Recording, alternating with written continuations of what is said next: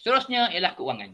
Ini saya nak minta perhatian sebab saya sebenarnya dekat sekolah ni tak banyak berurusan pasal keuangan sebab kita tak dapat nak berurusan dan tak banyak barang pun yang kita beli.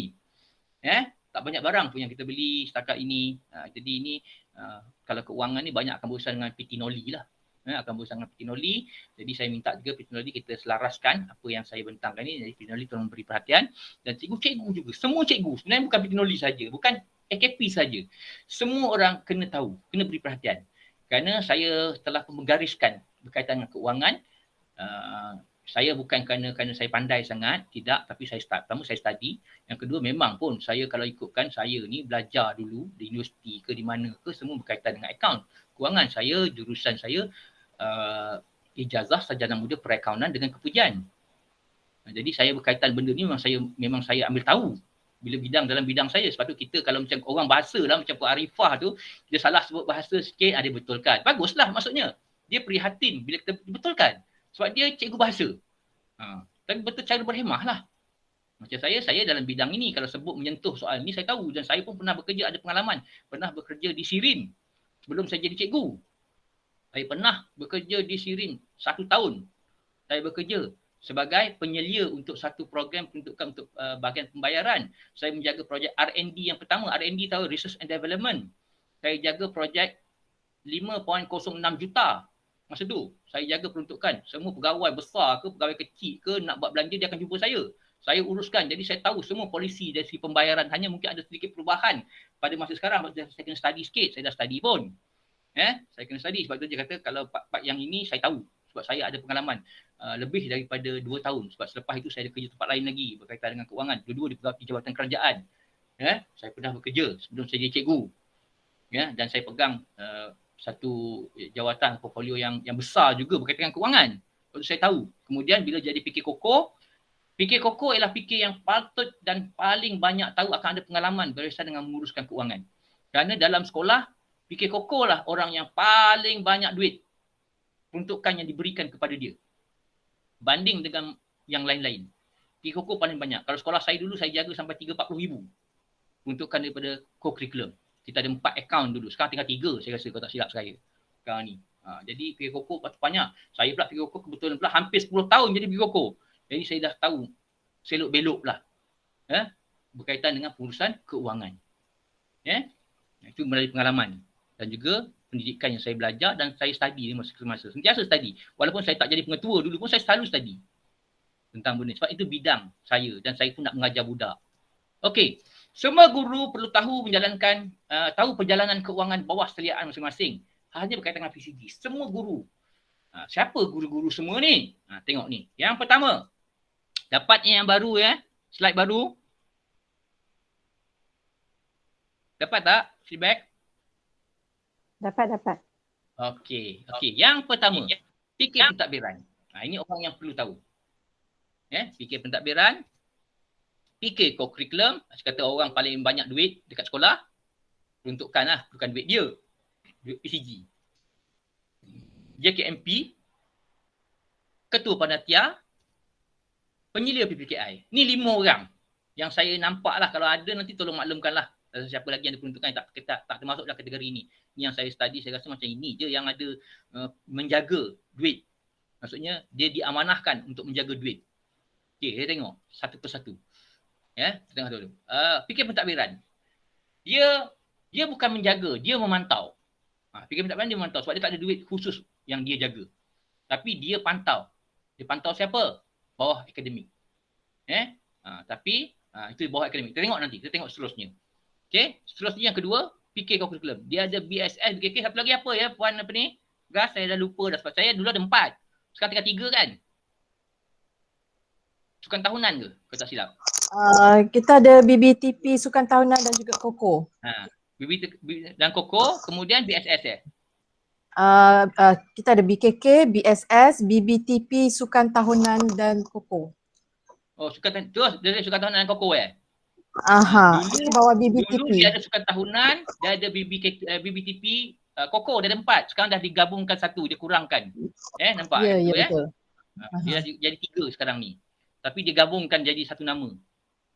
Okey, seterusnya JKMP, ambil tahu panitia di bawah JKMP. Ini tugas JKMP sebenarnya. Dia kena ambil tahu panitia. Duit panitia, dia kena tahu. Ya, kenapa nanti saya terangkan? Kenapa dia kena ambil tahu? Nanti saya terangkan lepas ni. Okey, ketua panitia, dia kena tahu PCG panitia. Jangan bila saya tanya, dia tak tahu. Panitia, kadang-kadang saya tanya, ada panitia abang jumpa saya nak beli barang. Berapa duitnya? Entahlah, tapi duit cukup katanya. Maksudnya cikgu tak jagalah. Cikgu diamanahkan sebagai ketua panitia. Kita tak boleh jaga. Boleh tak kita duit gaji kita ni orang lain jaga, suami anak jaga? Kita suami nak jaga pun kalau perempuan, pun kalau boleh kita tak nak suami jaga. Kalau suami pula tak nak isteri jaga duit. Kalau boleh kita nak jaga sendiri. Tapi ada orang yang suami baik, dia bagi isteri dia jaga duit. Dia ada yang macam tu, baguslah. Dia kan macam orang Jepun. Orang Jepun, duit semua bagi kat isteri. Dia kerja, duit semua bagi kat isteri. Isteri yang jaga kewangan. Isteri jadi menteri kewangan. Dia nak keluar, nak pergi minum-minum, dia minta duit kat isteri. Itu orang Jepun. Ini yang saya dengar cerita lah. Ya ke tidak, tak tahulah. Masih berlaku lagi tidak sekarang. Kalau tengok cerita Jepun, memang macam itulah. Okey, seterusnya penyelia PPKI. Okey, kewangan. Okey, seterusnya kita tengok. Yang penting, bila kita berkaitan kewangan ni, cikgu dah kena tahu semua jenis. Kalau macam tadi kita kata JKMP, dia kena tahu. Kalau bawah dia ada 5 panitia, dia kena tahu peruntukan kewangan 5 panitia dan dibelanjakan berapa banyak. Sebab apa nanti? Kita risau, nanti tak dibelanjakan langsung. Tapi nak cemerlang pelajar. Tapi nak belanjakan terlebih pula sampai kosong. Sebab ada kalanya dia kata kena simpan 10% untuk tahun depan, untuk apa. Ada yang arah-arahan macam tu. Dari masa ke semasa. Lepas tu kena ambil tahu. Jangan terus 100% bergantung pada PT Noli. Cikgu pun kena ada rekod. PT Noli kalau ada duit peruntukan kewangan baru masuk, kena maklumkan kepada panitia yang berkenaan. Berapa duit dia sekarang? Kena maklumkan. Supaya dia boleh kawal dan dia boleh rancang. Sebab kalau kita tahu duit, senang kita nak rancang. Kita tahu jumlah duit kita berapa, senang kita rancang nak buat aktiviti apa. Kalau kita tak tahu, yang kita tak ada duit aja, memang kita tak boleh rancang. Orang yang tak ada duit, susah nak rancang apa-apa. Aktiviti, kalau kita tengok asrama penuh, dia banyak duit. Sekolah-sekolah macam sekolah-sekolah yang berprestasi tinggi apa semua, dia ada peruntukan khas, dapat duit banyak, senang. Macam projek boleh buat. Kalau ada duit. Tapi kalau kita ada duit tapi tak tahu duit kita berapa, macam mana kita nak rancang? Kita tengok kenapa dalam proses pembelian. Tengok apa perkara yang perlu kita tahu sekali. Pertama, perancangan. Bila kita nak beli panitia ke, PK Koko ke, atau sesiapa saja ke, nak tahu mesti ada perancangan. Yang pertama sekali, mesti ada perancangan. Tak boleh suka-suka saja tiba-tiba beli. Tak ada perancangan langsung. Tak boleh. Jangan hanya dengan mengejut saja. Sebab tu awal tahun kita dah buat perancangan, kita nak buat apa. Program ini akan dijalankan pada bulan berapa. Program ini akan dijalankan berapa. Program ini nak jalan bulan berapa, berapa peruntukan yang kita nak. Berapa duit yang kita ada. Semua dah kena ada dah sebenarnya. Semua orang. Saya PK Koko, setiap tahun saya akan bentangkan 4 dana yang saya ada. Maksud saya di PK Koko.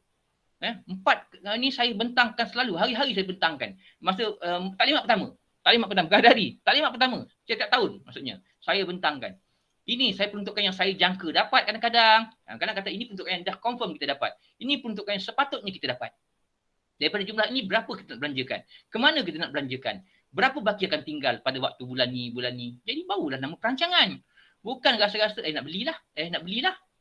Tak ada perancangan lah. Esok nak minggu depan hari Selasa nak buat hari Rabu nak buat uji kaji sains hari Senin baru nak tempah. Itu salah tu. Tak ada perancangan lah maksudnya. Kena ada perancangan lah. Masing-masing kena ada perancangan. Apa nak dirancang? Bila dah rancang, bincang dengan pentadbir. Ini saya cakap ni, pentadbir kena tahu. Pentadbir kalau orang datang jumpa pentadbir, contohnya panitia datang, pentadbir ayat yang pertama kena tanya berapa duit ada sekarang? Pentadbir pun kena tahu keseluruhan duit berapa. Jadi setiap kali belanjaan kena rekod. Kena tahu, baru boleh bincang. Kalau tak tahu, akhirnya nanti, kenapa panitia ni 1 sen pun tak belanja? Ini berlaku 1 sen pun tak belanja panitia ni. Tapi situasi sekarang mungkinlah tidak berlaku. Tak apalah, situasi sekarang ni pandemik. Kan? Tapi selepas pandemik nanti, kalau sudah prosesi bersemuka ke apa ke, mesti semua orang kena tahu. Bukan suka-suka sahaja.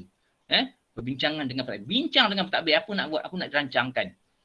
Sepatutnya perancangan untuk setahun dah dibincang dengan pentadbir. Bila sampai masa lagi 3 minggu, nak rancang aktiviti itu, datang jumpa dengan kertas kerja ataupun dengan perbincangan kepada pentadbir. Kertas kerja mesti terangkan prosesnya macam mana. Seterusnya dapatkan sebuah harga. Lepas dah berbincang, setuju, okey program ni bagus jalan ni. Nak beli barang ini, dapatkan sebuah harga dahulu. Mesti dapatkan sebuah harga. Sebab apa bila kita nak buat sesuatu, ini orang kadang-kadang kertas kerja dah siap, sebuah harga tak tahu lagi.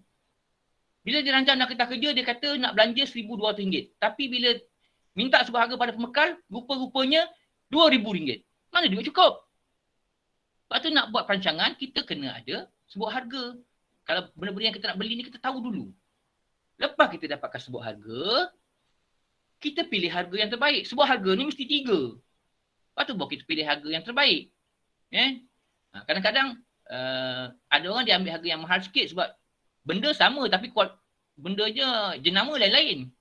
Mungkin cikgu nak jenama yang cikgu rasa justifikasi cikgu apa. Sebab ini lebih, walaupun dia mahal RM1, walaupun sebenarnya harga terbaik ialah harga yang paling rendah, tapi dia punya kegunaan dia mungkin yang harga lebih RM1 tu. Ada justifikasi. Okay? Pilih harga yang terbaik, sepatutnya biasa pilih harga terbaik lah. Kita ambil benda yang sama lah sepatutnya. Okay? Baru buat kertas kerja, dah ada harga yang terbaik. Kita dah tahu jumlah kalau kita nak 10, satu barang harga 100, nak 10. Kita dah belanjaan kita RM1,000. Barulah kita boleh buat kertas kerja. Bila dah ada, buat kertas kerja elok-elok. Ada contoh kertas kerjanya, siapa yang sahkan dia kertas kerja ni, dia ada 3 perkara. Cikgu kena ingat bila buat kertas kerja. Yang pertama disediakan oleh siapa? Orang yang datang bincang dengan pentadbir tadi lah. Kalau katakan PCG nak mata pelajaran, dia bincanglah dengan JKMP. Dia tak perlu bincang dengan PK1. Tapi kalau katakan programnya contohnya hari anugerah akademik, mungkin kena bincang dengan PK pentadbiran. Kalau sukan, SU sukan, kena bincang dengan PK Koko. Apa yang dia nak rancang? SU Koko kena bincang dengan SU Koko. Dia kena bincang. Yang berkaitan, orang-orang yang berkaitan. Buat kertas kerja. Dah siap kertas kerja, kertas kerja tadi sebenarnya bagusnya dibincang semula, dah siap kertas kerja tu bincang semula dengan pentadbir, tunjuk betul tak? Sebab pentadbir yang akan pertama dia akan kata yang disediakan oleh SU ataupun oleh ketua panitia.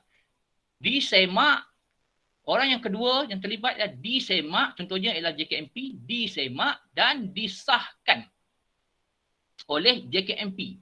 Kalau matematik nak katakan panitia sains, JKMP-nya ialah JKMP Sains Matematik yang akan menyemak dan mengesahkan sains dulu. Ini yang saya jumpa, nak suruh saya sains, setiausahanya pun tak sains lagi. Depan saya baru nak sains, kemudian JKMP-nya pun tak sains, suruh saya sains dulu. Dari segi hierarki salah. Dari segi peraturannya salah. Mesti dua orang dah sains dulu, dah disemak, maksudnya barulah saya boleh sahkan. Ini saya pula kena sahkan, saya kena semak juga sendiri. Barulah saya kena, dan saya yang ketiga yang saya yang meluluskan. Saya luluskan barulah boleh jalankan benda tu. Ketua jabatan kena luluskan. Tak ada kelulusan ketua jabatan, tak boleh laksanakan program. Waktu kertas kerja ni ialah permohonan untuk melaksanakan satu aktiviti. Jadi apa yang kena buat ialah bincang kertas kerja untuk diluluskan. Bentang kertas kerja untuk kelulusan. Yang ketiga, baru saya boleh bentang kepada saya. Saya nak buat macam ni. Cerita dulu. Jangan nanti orang tanya, orang telefon, ada aduan. Ada ni PPD telefon. Program ini apa je? Saya pun tak tahu. Itu yang terrisau tu. PPD telefon, jabatan telefon, polis telefon. Saya pun tak tahu. Sebab apa? Tak dibentangkan kepada saya. Sehinggalah kena hari program tu kena maklumkan. Okey, program tu jalan hari ni ya tuan. Kena sebut. Sebab apa? Sebab baru saya ingat. Kadang-kadang ada banyak benda saya nak buat. Banyak benda saya nak buat. Jadi saya tak ingat ada program ini kadang-kadang. Sentiasa kena ingatkan. Supaya kalau orang call ke apa ke, saya tahu. Sebab apa-apa urusan yang akan menjawabnya ialah pengetua atau ketua jabatan. Tuan-tuan buat salah ke, tuan-tuan ada aduan ke apa ke, tuan-tuan tak jawab pun. Selepas saya berhadapan dengan diorang, baru saya rujuk kepada tuan-tuan. Jadi sebelum tu saya kena tahu semua. Pengetua kena tahu semua. Lepas tu kena bentang kertas kerja. Saya dah faham, bila orang tanya, saya boleh jawab. Saya boleh jawab.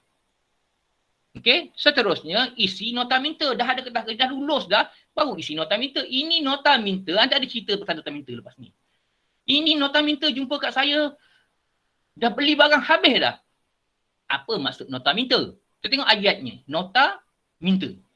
Maksudnya kita nak minta dulu. Minta. Saya ingat, ya, cikgu kena ingat cikgu, kalau kita minta belum tentu dapat. Hak saya untuk meluluskan atau bagi atau tidak. Tapi biasanya kalaulah dah bentang kertas kerja dah lulus, memang dapat dah. Ini kertas kerja pun tak sign lagi, nota minta dah isi.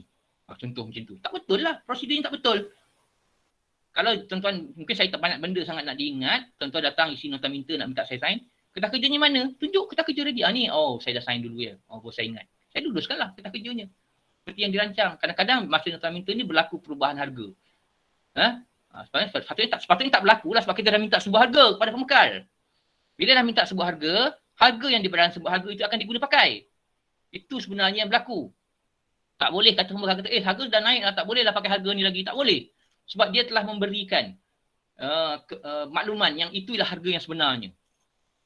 Sebenarnya sepatutnya macam tu. Dan seterusnya baru isi LO. Dah dapat kelulusan barulah isi LO nak beli. Bukan datang invoice dulu baru nak isi LO. Tak boleh. LO ni besar ni. Saya pernah bekerja masa Ustaz Syarif tu. Orang LO ni bila LO dah diisi, barang dah disampai, ada LO dengan ada invoice. Duit nak tunggu lagi sebulan contohnya tak dapat lagi. LO dengan invoice ni boleh jual. Dia boleh jual kepada satu syarikat. Memang kerja dia membeli LO dan invoice. Itu besarnya peranan LO dan invoice ni. Sebab saya kerja kat Sirim dulu, dia sekali order bukannya sikit-sikit. Sekali pembelian yang berlaku, RM50,000, RM100,000, RM200,000. Ya, pembeliannya. Jadi LO ni boleh dijual kalau dengan invoice sudah bergabung dah. Boleh dijual lagi. Dia akan jual pada kata harga RM100,000, dia akan jual pada harga RM95,000. Contohnya. Jadi dia akan dapat terus duit RM90,000, syarikat yang membeli tu akan dapat RM100,000 dalam masa sebulan contohnya. Sebab dia nak pakai duit segera. Jadi yang membeli tu akan untung RM5,000 atas angin. Itu berlaku. Saya ingat apa istilah dia, ada satu nama syarikat tu.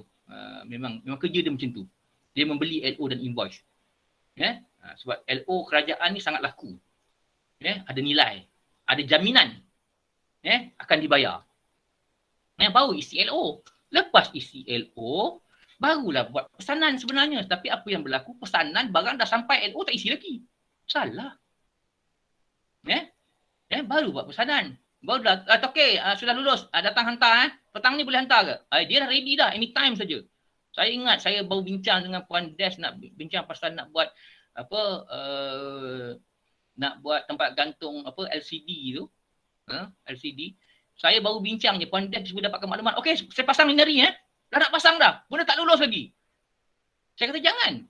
Benda tak lulus. Sampai sekarang tak buat lagi pun. Sebab apa dah PKP apa semua kan. Dia kalau boleh cakap dia nak pasang dah terus. Dia tak ada masalah pun orang yang dia berniaga dengan sekolah ni. Sebab dia tahu berniaga dengan sekolah ni untung banyak. Okey. Hanya duit je sampai lambat.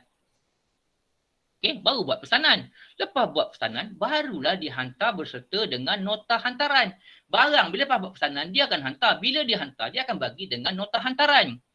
Nota hantaran ni tak ada harga kat dalamnya. Tak ada harga. Dia sebut, kalau kita isi LO tadi ada sebut 5 barang, nama 5 barang yang dihantar tu ada dalam nota hantaran. Kadang-kadang ada orang, dia hantar, ada pembekal, dia hantar 4 barang aja. Satu barang tu harga 100 dan 4 barang 400, barang yang kelima harga 600. Yang ini belum sampai lagi yang minggu depan nota hantaran tu kita tak boleh sign. Sebab dia boleh kata saya sudah hantar. Kalau tuan-tuan dah sign, maksudnya barang belum sampai lagi. Dia boleh tipu tuan-tuan. Dia boleh tipu cikgu. Sebab cikgu dah sign. Sebab itu nota hantaran mesti sama dengan barang yang dihantar. Kita kena cek satu persatu je namanya, kuantitinya, kualitinya, retak ke tidak ke, kena cek. Itu baru ni prosedur kewangan. Barang dihantar berserta, kadang-kadang ada 2 nota hantaran untuk satu pesanan LO. Sebab apa? Dihantar 4 barang dulu, barang yang kedua dihantar sekali lagi dengan pesanan, dengan nota hantaran yang kedua. Yang ada barang RM600 tadi contohnya saya kata. Ada 2 nota hantaran. Pada tarikh yang berbeza mungkin. Itu kena faham kat situ. Itu fungsi nota hantaran. Lepas nota, kadang-kadang lepas nota hantarannya barulah, lepas siap nota hantaran baru dia hantar dengan invoice. Ini polisi atau prosedurnya. Barulah terima invoice. Kadang-kadang hari yang sama dia hantar hari ni, dia bawa nota hantaran, kita sign, dia bagi invoice sekali. Dia ready dah. Tak ada masalah yang tu. Sebab kita pun dah sahkan nota hantaran. Nota hantaran ni kena ada. Bukti barang telah diterima dengan selamat. Menepati seperti dalam LO. Kalau tak menepati, jangan sign. Sebab tu nanti invoice yang diterima tu baru kita sahkan barang diterima seperti dalam LO tu. Dia ada lagi urusannya seperti yang ada yang di order ke apa ke. Ada sebut kat situ. Lepas siap invoice ni, lepas terima invoice, barulah proses membayar. Ini kerja PT Noli. Lepas tu ini serahkan saja dokumen yang diperlukan, PT Noli akan proses. Kalau dia kata ada benda yang tak tepat, yang perlu diberi tambahan, PT Noli akan panggil cikgu lagi. Sepatutnya macam ini. Ini proses, prosedur yang sepatutnya berlaku dalam proses pembelian. Sebab kita sebut harga je, kita bukan tender. Dia ada harga, dia ada tender. Kalau tender ni projek, saya tak tahu sekarang berapa ribu. Kalau dulu masa saya tu 20,000 ke atas tender. 20,000 ke bawah sebut harga. Kat sekolah tak ada pun kita beli barang 20,000. Kita beli barang sekali beli 56,000 pun paling banyak. Banyak dah tu 56,000. Ini dia proses pembelian yang sepatutnya. Ini yang sepatutnya berlaku. Tapi kadang-kadang benda tu dah hantar barang dah sampai. Baru nak isi nota minta. Baru nak suruh saya sign nota minta. Tuan-tuan minta dengan siapa kelulusan? Kalau saya kata saya tak nak sign. Saya pernah berlaku pengalaman tuan. Saya cakap ni kes aksi sukan saya lah. Saya fikir koko. Dia punya masalahnya. Dia buat program. Dia lupa minta duit bayaran daripada penceramah. Atau sebab kita ada penceramah atau kita ada hakim. Ada 6 orang hakim. Seorang hakim kita bayar RM100. 6 orang kita bayar RM600. Tiba-tiba dia kata, cikgu hakim dah nak balik. Saya terlupa nak buat pada PT kewangan. Boleh tak dapatkan duit dulu? Saya kata macam mana macam ni? Nanti saya akan uruskan, dia kata pembeliannya. Pembayaran dengan apa, saya pulangkan balik ke cikgu. Saya pun bagi dah RM600. Duit saya sendiri. Kebetulan duit ada dalam poket RM600. Bagilah dia orang. Lepas tu, apa yang berlaku? Prosedur tak ikut. Bila nak buat ni, dia kena ada IC. Orang tu dah balik dah. Dah balik orang KL pada seorang. Orang tu pergi kursus pula tu. Jadi sukan tu berlaku pada bulan, kata saya bulan 2 ke bulan 3. Gitu. Lepas tu apa yang berlaku? Minta IC tak dapat-dapat. Tunggu sampai 3 bulan, 4 bulan. Baru dapat IC. Sebab orang tu kata baru habis kursus. Sedangkan boleh WhatsApp je gambar benda-benda tu semua. Baru dapat. Bila sampai dekat kerani kewangan bawa pada muka tu, tak diluluskan kerana telah melebihi tempoh perantaraan antara bulan. Contohnya, kalau bulan Januari, paling lewat pun Februari. Bayar. Tak boleh bayar Mac. Melangkau bulan. Dia kata terlalu jauh. Nak adjust, nak apa pun susah dah. Nanti audit marah, audit query. Jadi akhirnya saya tak dapat 1 sen pun. Habis burn duit saya RM600. Saya suka bukan nak ganti pun. Ini pernah berlaku. Sebab kelulusan tak ada. Tak buat kerja. Jadi bila benda tak ada macam ni, akhirnya tak bayar. Ini berlaku pada saya sendiri. RM600. Saya ingat lagi. Sekitar tahun 2016 atau 2017. Itu. Nampak? Sebab dia merayu pada saya. Cikgu tolonglah. Kita nak, ni orang nak balik dah ni. Kita nak bayar tak ada duit ni. Sukan nak habis dah ni. Jadi sebab saya atas tanggungjawab saya sebagai apa, tak apalah. Sebab tu kita kata ketua unit tanggungjawab dia terhadap orang bawah dia. Nanti kan takkan orang tu nak balik, kita tak bagi apa-apa. Sebab perjanjian dah bagi, kata dah datang RM100 kita bayar. Itu kena ingat. Itu yang berlaku pada saya sendiri. Itu pengalaman saya. Okey, seterusnya. Habis tempat ini. Ini nota minta, saya nak tengok. Saya tunjukkan nota minta. Apa yang berlaku ni saya nak share. Dapat tak nota minta ni?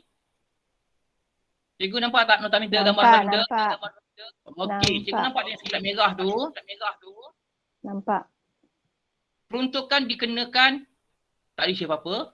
Subsidiary mata pelajaran, tak isi apa-apa. Baki peruntukan semasa, tak isi apa-apa. Minta saya sign. Cikgu tu dah sign lah, saya tutup gambar. Tapi cikgu pun tahu siapa gambar, siapa orang itu. Saya tunjuk tutup nama dia. Ini bukan dia seorang sebenarnya. Sebelum ni pun dekat 10 orang dah datang jumpa saya buat benda yang sama.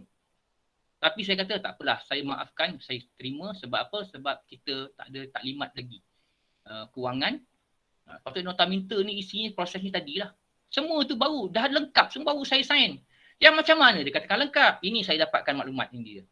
Ini tengok, ini yang sepatutnya berlaku. Ini nota minta yang diambil. Kalau tentang buka internet ke apa boleh jumpa benda macam ni. Tengok. Dia dah isi daripada panitia siapa permohonan mendapatkan bekalan peralatan bagi tahun 2013. Ini 2013 punya contoh. Bagi sekolah kawasan Kuala Muda. Dia nak beli pen alat tulis. RM346. Tak nampak Cik Sabri. Tak nampak kenapa? Kecil. Gelap. Tak tahu lah Gelap, saya, tak nampak. Gelap Gelap. Tak apa, saya terangkan saja. Ya. Ini nota minta, tapi nampaklah ada benda dalam ni kan?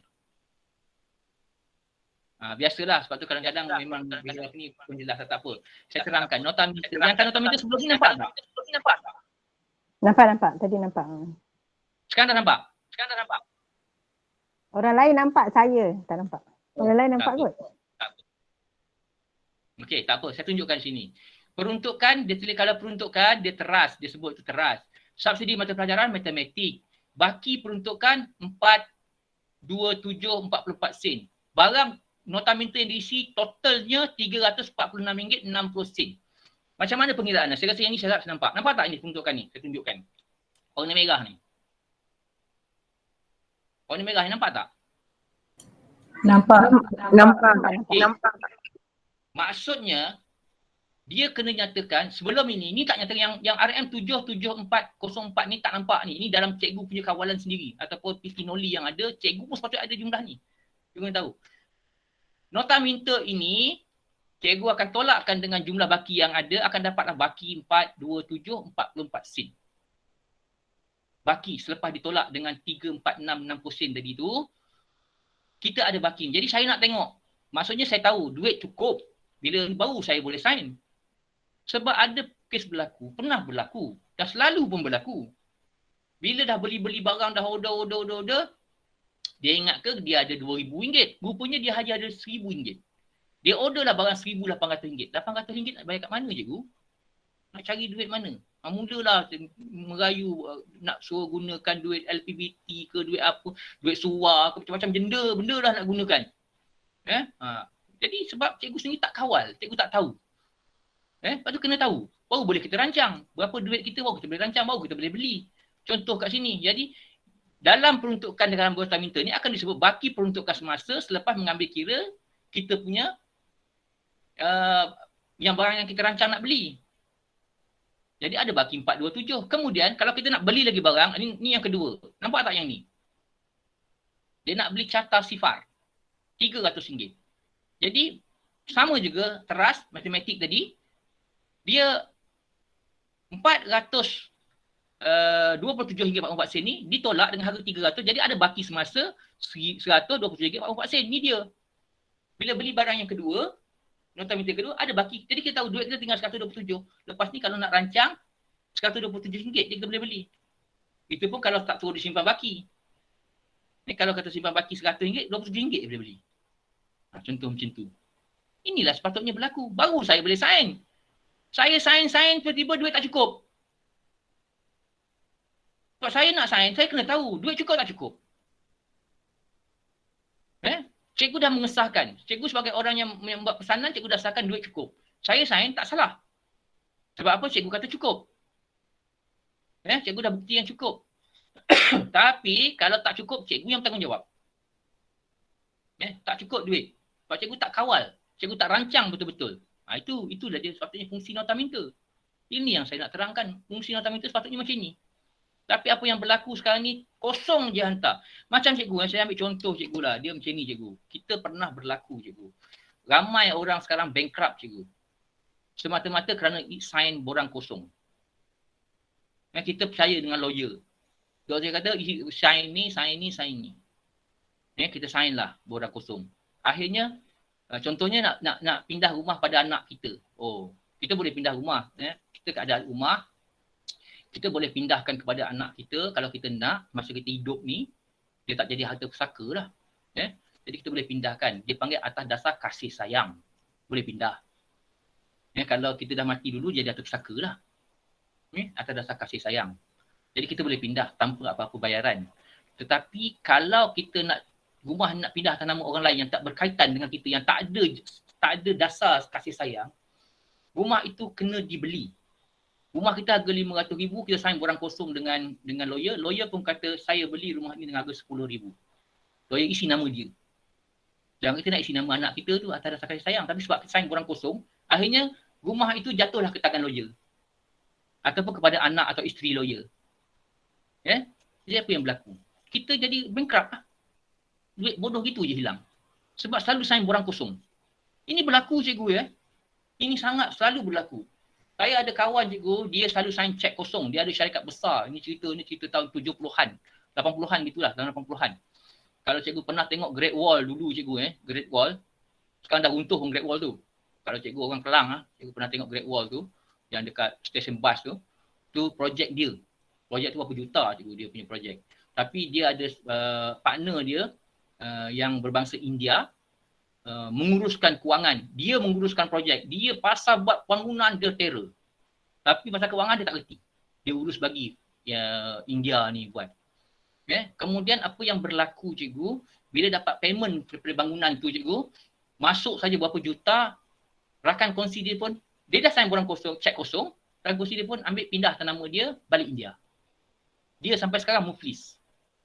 Sebab apa? Hutang bank tak mampu dia bayar. Itu yang berlaku cikgu. Itu yang berlaku. Dia sampai sekarang di isytihar muflis. Sebab apa? Sebab dia sign cek kosong, orang tu pun tulis nama dia. Berapa juta dapat payment, terus bawa lagi balik negeri dia. Itu yang berlaku. Lepas tu jangan sign borang kosong tak tentu arah. Ini saya ingatkan cikgu banyak berlaku dah. Ini pengajaran untuk kita semua. Kadang-kadang kerana kita terlalu percayakan orang. Tak boleh. Prosedur ialah prosedur. Prosedur is prosedur. Tak boleh nak suka-suka.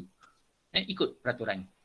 Ngurusi minta maaf nak mencelah sedikit satu benda yang saya mungkin takut cikgu terkeliru sedikit. Okey, boleh. Berkaitan dengan proses pembelian tadi. Kalau cikgu buat program ke apa ke kertas kerja lah. Tapi kalau cikgu beli untuk mata pelajaran, contohnya kalau cikgu beli untuk mata pelajaran, contohnya nak beli buku sejarah, buku latihan sejarah.